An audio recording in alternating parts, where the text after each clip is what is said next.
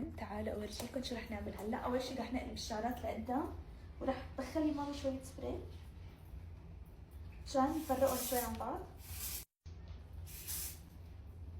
بس اوكي هلا باخديلي من تحت شوي بس. سو بدي اكتر سبراي لانه ما بدي يخرب معي الشعر، يعني حابه يضل معي. المهم هلا بنفك الغره قبل ما نجمع كل شيء ببعضه.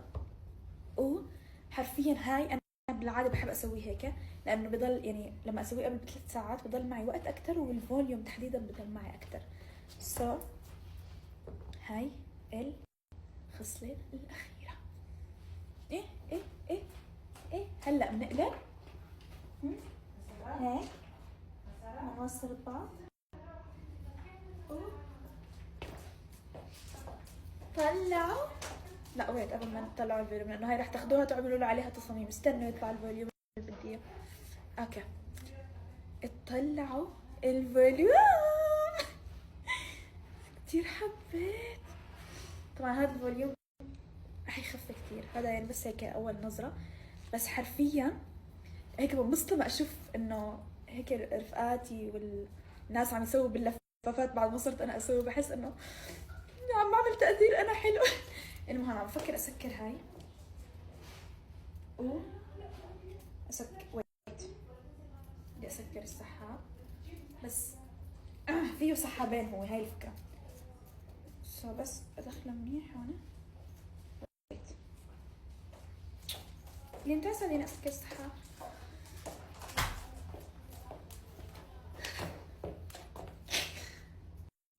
شو تسوي انت بحالك؟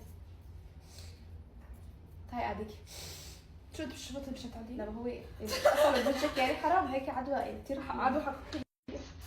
شكرا. سوي هيك. لا كنت شو مشكلتك معي اختي؟ اوكي يا جماعه يعطيكم العافيه. هيك المعرضين بيكون هيك.